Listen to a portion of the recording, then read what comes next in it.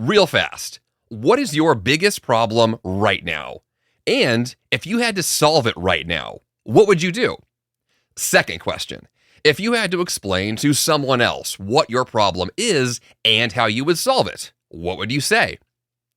I have just outlined the beginning of a process that can transform how you approach coaching, problem solving, and goal achievement, all wrapped up in a methodology that can absolutely work for you right now with whatever you're trying to accomplish.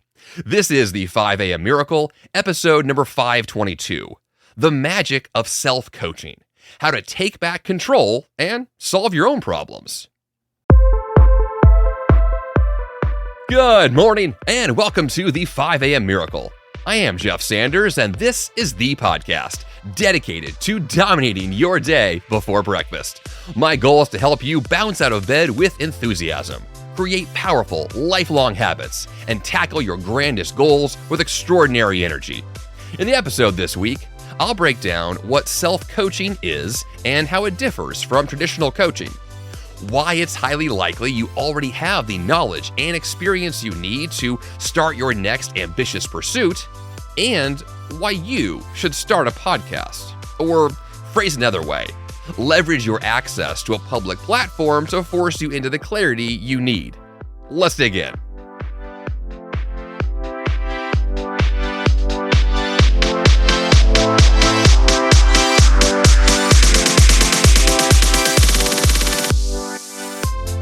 You should start a podcast.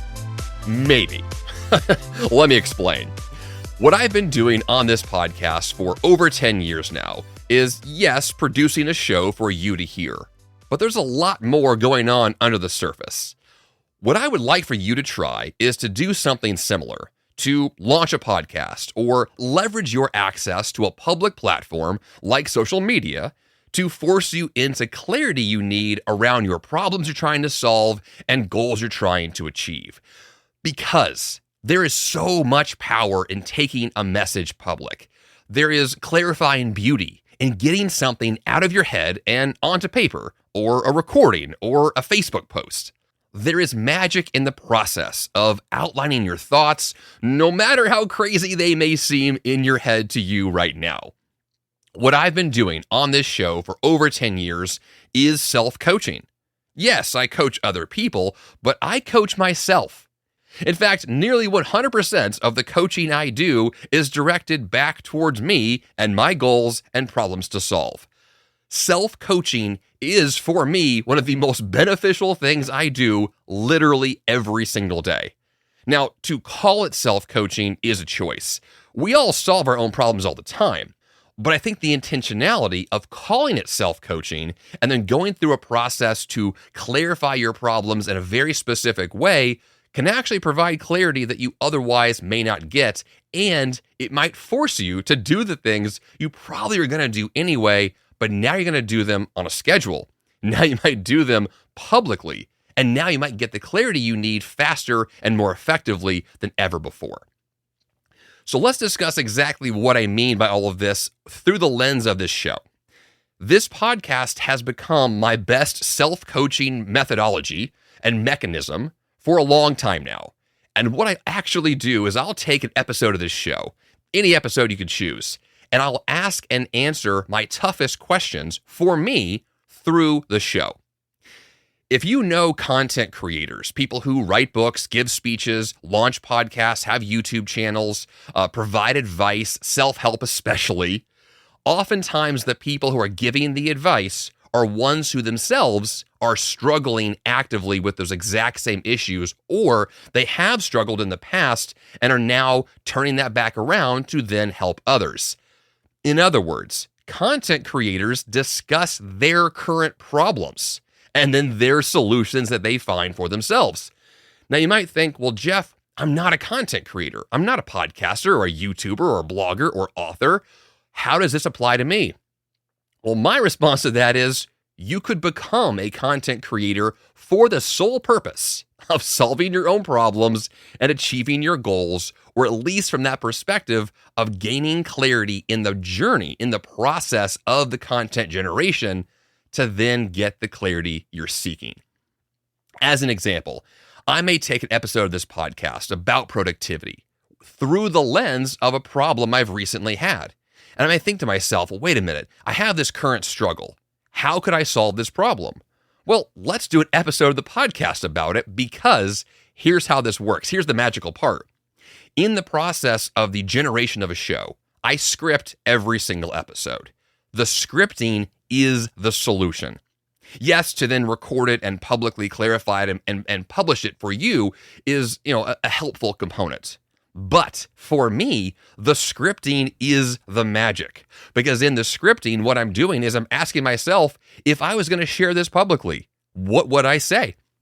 If I was going to help somebody else solve this exact same problem, what advice would I give them? That third-party perspective is so powerful because it's a heck of a lot more objective than how you might be in your own life. We get stuck in our own heads. We get stuck in our own problems. We get really small when it comes to our own worlds. And when you can break open that shell, share your stuff publicly, and figure out a way to then help someone else through that exact same problem that you yourself are struggling with, oh my gosh. Well, you've now found a way to at least start the process to help yourself move forward. And that's the goal. We're trying to find a way for you to approach a problem in a new way.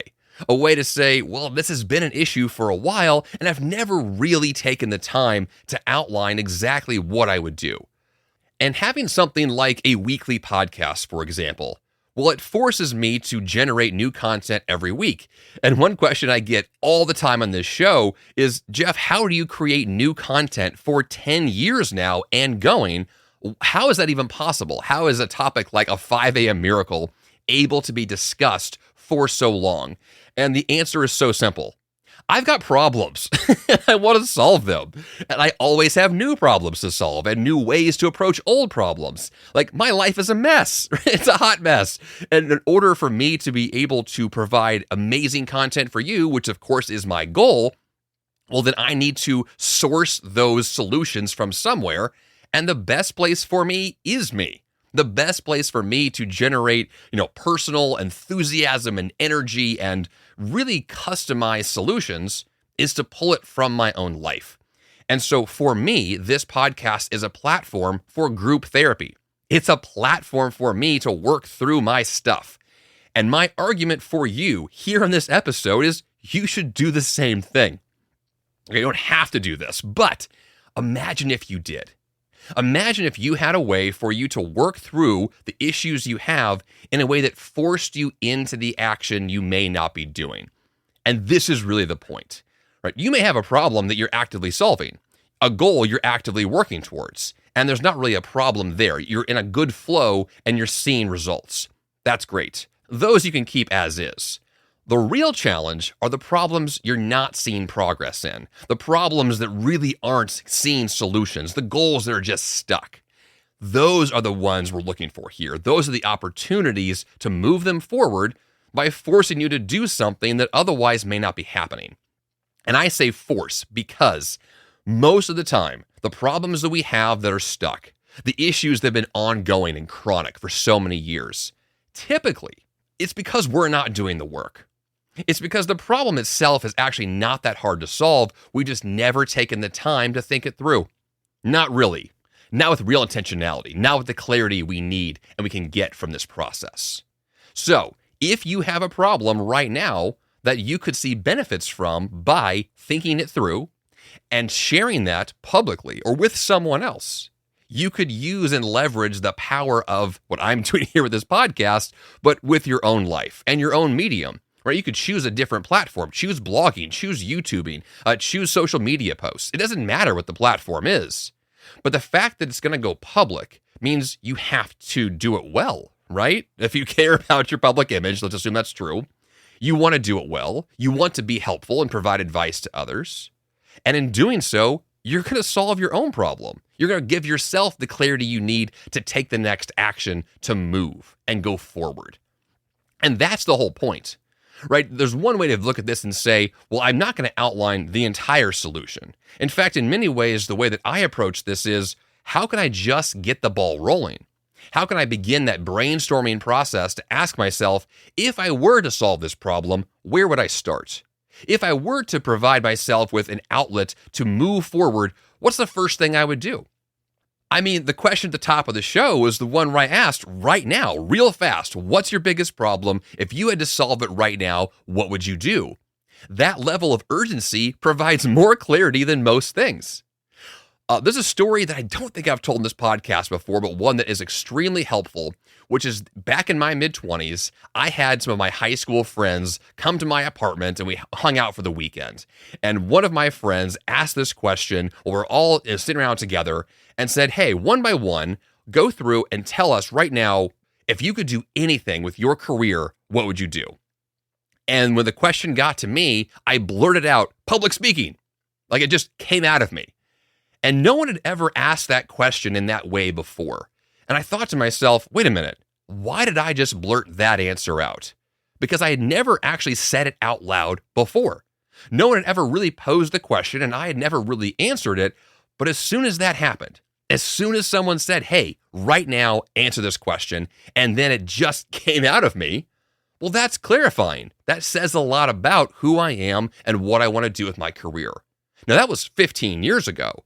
And ever since then, I have been living that dream, that life, that vision that I had in a variety of ways through podcasting, actual public speaking, and other ventures I've been on. It in many ways stems from the answer to that very simple question. So I pose that to you. If you have a problem to solve, if you have a goal to achieve, what would you do in this moment? And one way to kind of get you into that flow to directly answer that question is to schedule for yourself a public post. Schedule for yourself a public podcast episode, YouTube video, social media post, blog post. Decide for yourself now, I'm going to publish an article on my blog in 1 week. I've got 1 week to script together something that is a solution to the problem that I have. And then I'm going to share that solution with the public. If you had to do that right now, what would you do? That's the question.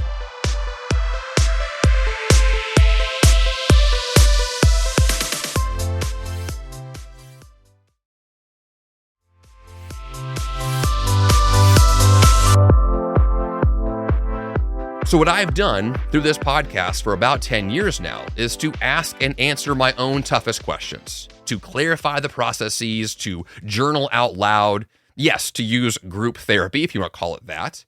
But really what I'm trying to do is to outline the necessary detail. Sometimes I'll tell stories to exemplify what to do and not to do. The stories that I tell are mostly for the sake of the show and for you as the listener. But sometimes those same stories can be very helpful for me as well. It loops back into, well, here's a good example that I can draw from as I'm looking for motivation or discipline or inspiration to go make forward progress. Stories are extremely powerful. I also, in this process, can reinforce a lot of my own feelings, whether it's love for something, hate towards something, or just clarifying what I'm committed to or not committed to. When you're forced to write something down, it makes it more tangible. It makes it more real.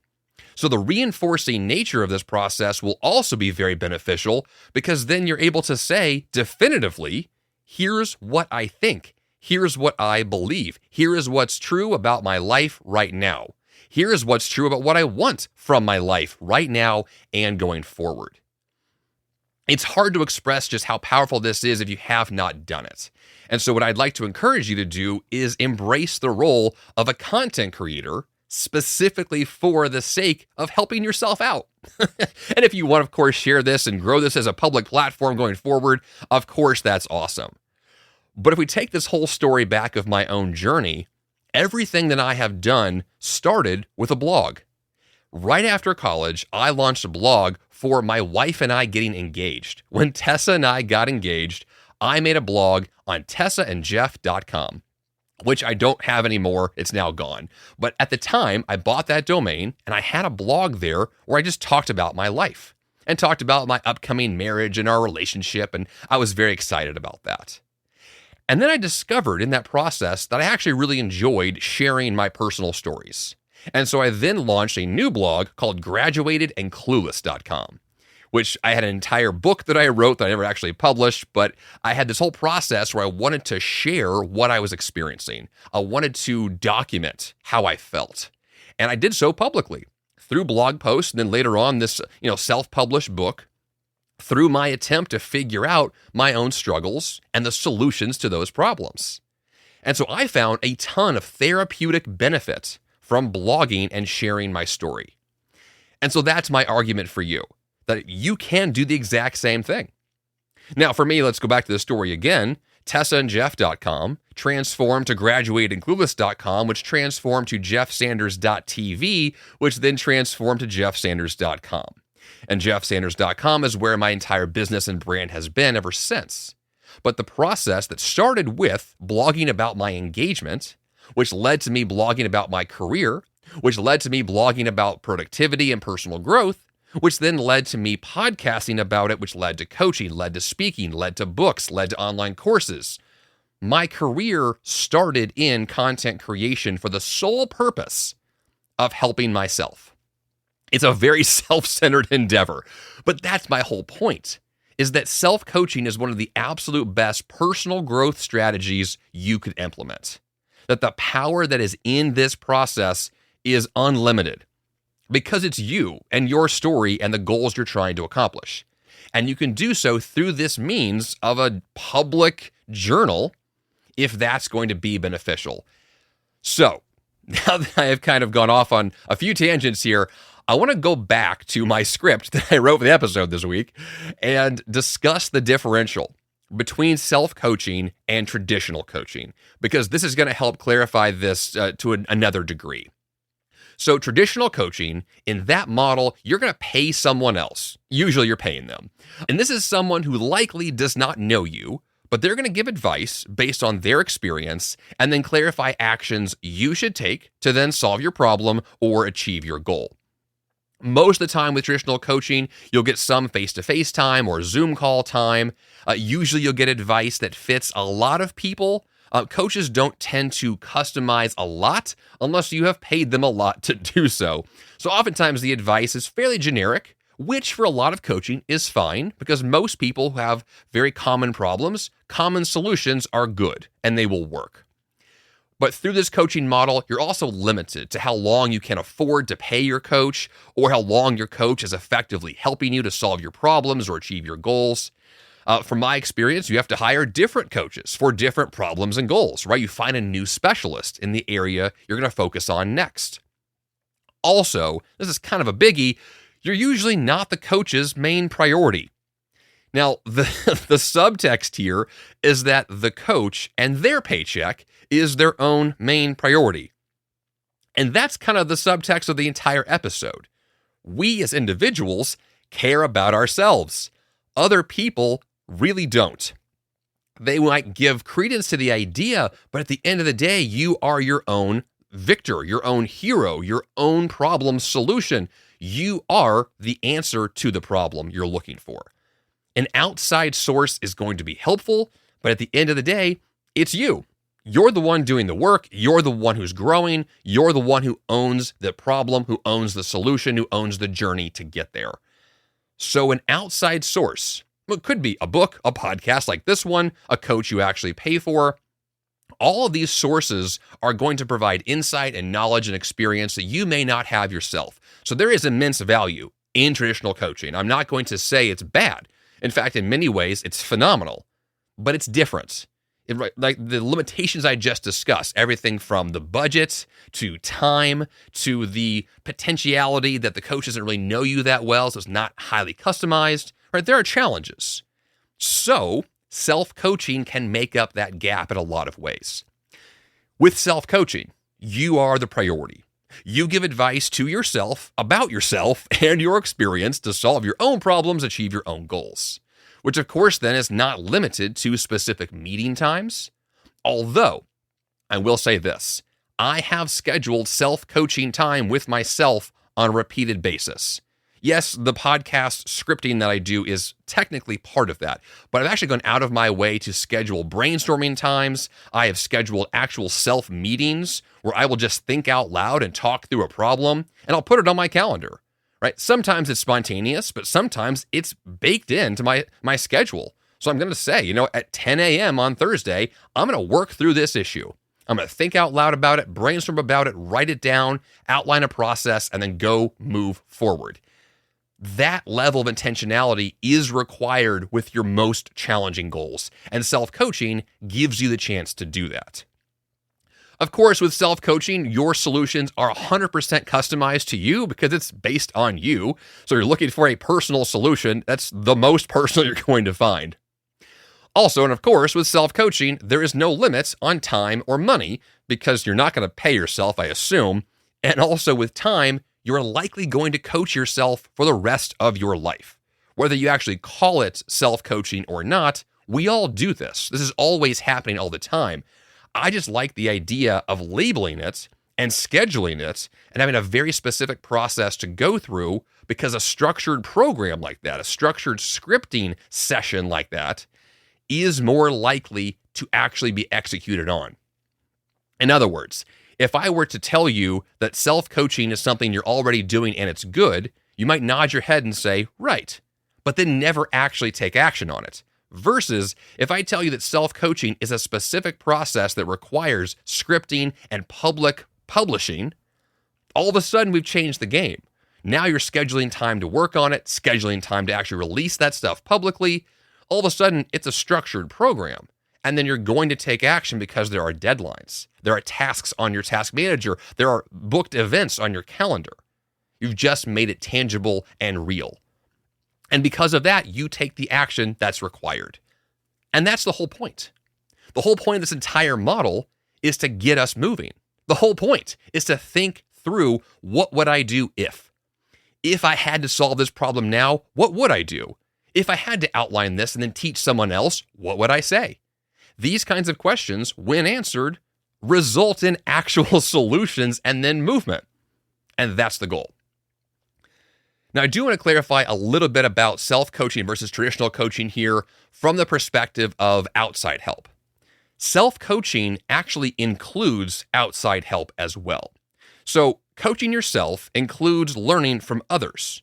It's not just you helping yourself with your own knowledge as you stand today, because we're not alone in this journey of life, right? We have outside resources and we should leverage them whenever we can.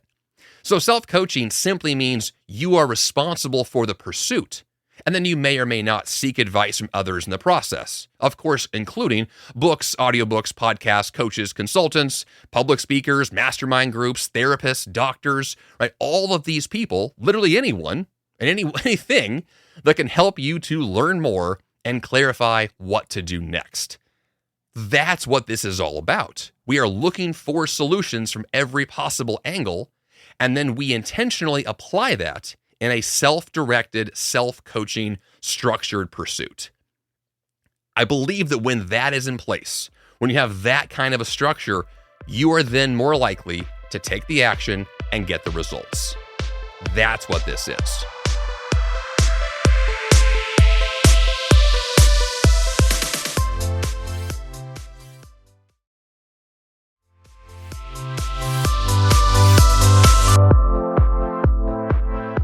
At the top of the show, I did allude to the idea that it's highly likely you already have the knowledge and experience you need to start the process. So why would you need the outside help? Or how do you actually begin this process?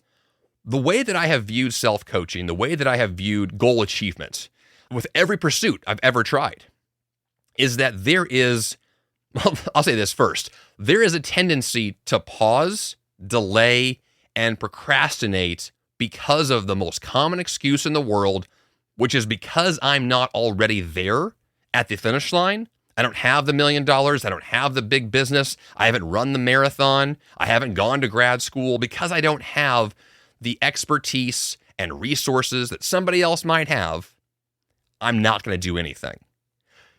It becomes this all or nothing trade-off. Because I don't have what I think I should have to start, I never start at all. And from my perspective, what self-coaching does is it removes that obstacle. And it asks the question, if you were to start today, what would you do? If you were to leverage the resources that you actually have access to right now, how would you leverage those? Because everyone who got anything in life, everyone who ever did anything, started where they were with the resources they had at the time. Right? Anyone who is successful today was once not successful. Wherever you are today, you can gain the experience and move yourself forward. That's the joy in this. We can self-coach starting now. There's never a reason to not self-coach. There's never a reason to wait. The process can always begin immediately, in this very moment, to ask and answer those kinds of questions so that starting now is the solution. And delaying the process is never on the table. So to answer the question, do you have the knowledge and experience you need to start? Absolutely yes. You do. You can start right now. You may say, well, Jeff, I know nothing. Like, great. You can start with nothing and you can grow from there. 0 becomes 1. That's what we're going for. And in that pursuit, you're going to realize how quickly you're going to make progress. Like, this is actually fun. I actually really like to begin from 0 because the initial growth is extraordinary. And that's where you get tons of motivation, tons of ideas, tons of enthusiasm towards the pursuit. Starting from 0 is actually a very exciting place. So don't view it as a place of weakness or a place of fear. It's the opposite. It's the most exciting place to begin. And speaking of beginning, let's discuss how you can begin self-coaching today. Step number 1 is to pick your method. Now, I discussed the idea that public is the way to go, right? To share what you're doing with everyone. You don't have to do that. That is an optional component here. So there are 2 options with your method, both private and public. In the private sector, you could begin with brainstorming on a whiteboard, on a journal, on a piece of paper, right? Begin by just writing down your ideas for if you had to solve this problem now, how would you approach it? You could also privately talk to a trusted source, a spouse, a partner, a close friend, or even to hire a coach, right? You could begin this process privately by yourself to ask and answer these questions and solve your problem. Of course, then you could upgrade and go public with blogging, with podcasting, with a video on YouTube. There are a lot of ways to share what you're doing publicly. What I would argue is that beginning privately and then upgrading to public might be your best choice because there's a few things you're going to want to do first. In the private sector, you're able to basically make a lot of mistakes and be really goofy and no one knows about it. I'll use this show as a good example. These episodes of this podcast are recorded and then published later. There is a lot of work that happens between the recording and the publishing, which involves editing.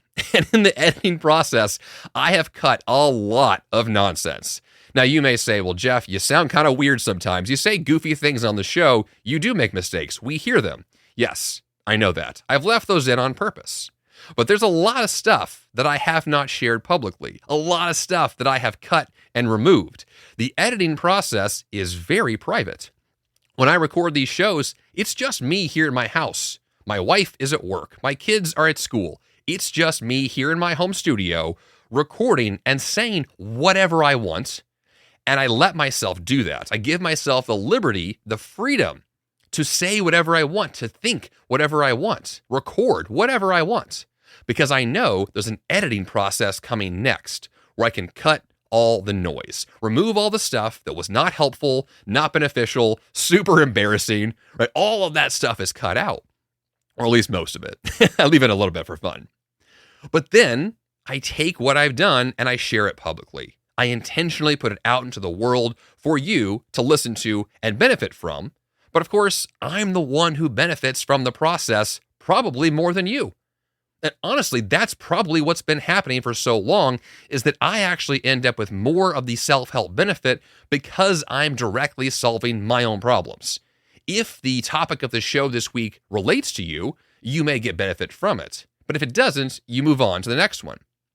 So what we're looking for here for you in this process is to privately allow yourself the freedom to make these mistakes, to share whatever you want with yourself, remove all the stuff that's a little too embarrassing, but then you publicly share what remains, and you help someone else through that process as well. So the private becomes public, the editing between the two allows you to feel more comfortable sharing this stuff publicly, And then all of a sudden, you have the chance to directly address your own stuff. So step number 1 is to choose your method, whether public, private, or some kind of a hybrid model. Step 2 is to actually choose the goal at hand or the problem to solve. And in this case, being specific is your best friend. We're not looking for big generic things. Specific problems have specific solutions, and that's action-oriented. You can't just generically become healthy. That never happens. We specifically do certain things, eat certain foods, work out at certain times. Your specificity in your goal or in your problem to solve is the crux of this working or not. Without this being specific, this process will fail. With it being specific, you can then be very targeted. Here's the exact problem I have. Here's the exact solution I want. Then all of a sudden it's actionable, you can schedule it, and you can do it. So whatever you do, whatever you choose here, be specific. Step number 3. You want to, in this process, ask and answer your toughest questions. And I'm going to put a real emphasis here on tough, on difficult, on challenging, on chronic. Yes, you could solve easy problems, but honestly, there's just no point in pursuing this entire process for easy stuff. This process is designed for the hard stuff. It is designed for you to work through the issues that have been bugging you for a long time, because those are the issues that will cause the biggest forward movement in your life and your business. This is where the biggest growth will happen. And so when I ask something like, what's your biggest problem? And if you had to solve it right now, what would you do? I'm asking you a couple of questions there. But the first one is, what is your biggest problem? Your most annoying issue? When you start there, that's where all of a sudden you're like, wait a minute, this thing, this elephant in the room I've been avoiding is now all of a sudden on the table and I have to address it. Now let's imagine for a second you do actually solve that problem. Well, then you get to go on to the next one and the next one after that. There's always going to be another problem. But hopefully, as you solve these problems and go through this process, this gets easier. Because now you've got the skill set to ask and answer difficult questions. That's a powerful skill set. That's one you can use in a variety of ways.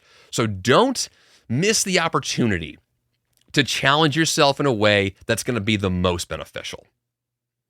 Now, of course, the final step, number 4, is to actually take action on your own advice. If you don't take action, this whole thing might be a big waste of time. Yes, it's still beneficial to ask and answer questions on paper, but the intention behind it, the whole point of this, is it leads to you doing something different. A new habit, a new set of tasks, a new project to pursue, a new career perhaps, a new place to live, like whatever the end result needs to be. You're going to take action on that and move yourself forward. And that's where the joy shows up, the enthusiasm, the motivation, the momentum is built in action. So whatever process you've chosen, public or private, whatever goal you've chosen to achieve, whatever specific targeted item you have here, whatever that is, do something about it. And then when you do, this whole thing works and it's glorious. All right, now for a quick review this week. First of all, traditional coaching is great for many things, but it does have limits. And those limits can then be overridden by number 2, self-coaching, which is a phenomenal choice. But yes, it does require you to take responsibility for the problem and the solution and do something about it. Number 3, you could try a more formal approach to self-coaching to see how that could work for you, which could include everything from a scripted episode, a public post that's pre-scheduled, events on your calendar, tasks on your task manager, some kind of a structured approach to say, I'm going to take self-coaching more seriously, and by doing so, here are the steps I will take. And then finally, number 4, you can take your goals public in your preferred medium, whether that's audio, video, written word, choose your medium, schedule those public posts, take your own advice for yourself out into the world, and see how that simple decision can amp up your clarity, your decisiveness, your confidence, and your willingness to say, here's what I'm working on, and here's what I have discovered in my own journey, and I hope you can benefit as well.